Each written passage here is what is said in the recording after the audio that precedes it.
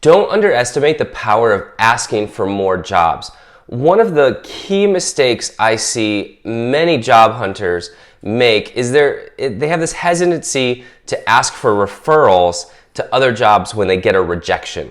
It's really easy to ask for referrals from people we know, and we often tap our networks, but we forget about the people we just made a good impression on that we've interviewed with. And the idea that you're going to somehow find and land your best job passively is just wishful thinking. The hardest part of any job transition is landing the interview.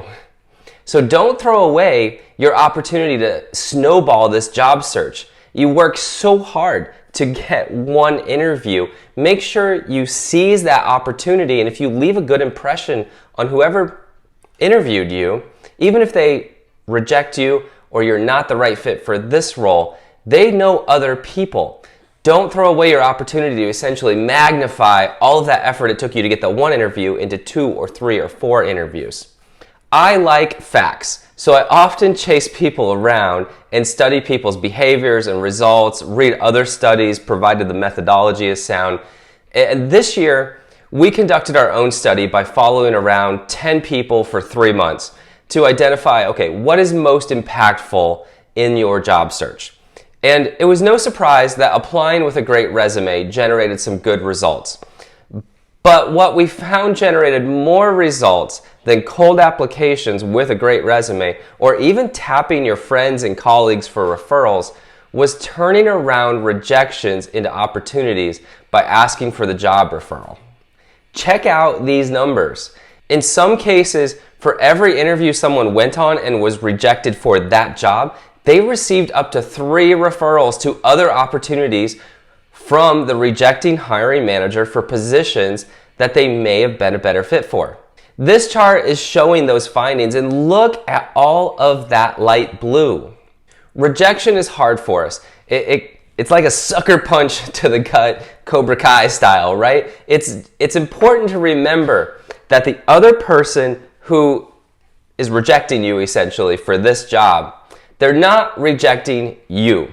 They're simply saying, look, at this time, right now, you're not the best fit for this role. That doesn't mean that you're not a fit for any role at this company. That doesn't mean that they wouldn't want to work with you. You could be a great fit at the same company, simply not for that particular role. If your interview went well and you impressed them, you should ask for a referral to another manager who could benefit from your skill set and your qualifications more. It's not that you don't have anything to offer the company, it's just the match isn't here right now.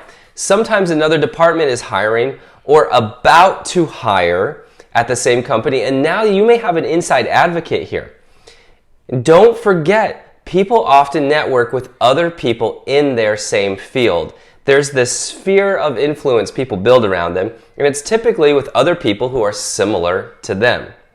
I find that within networking spheres, there's not a lot of diversity typically, which can be a good or bad thing, but in this case, it's a good thing for you because the person you just interviewed with knows other people probably in their same space who they may then be able to refer you. People know people, but no one will refer you unless you ask them to do so. How do you do this? First, you need a way to contact the people with the power to hire you. Not the HR clerk, not talent acquisition, not the recruiter. Not that you can't ask the recruiter for referrals to other jobs that may be a better fit. They may also be able to help you. But I find that the real magic is with the people who actually have the desire and power to say yes to you, not only the ability to say no. If you're interviewing in person, you can most likely grab a business card with the hiring manager's contact information. It's usually at the front desk. You can ask for one in an interview.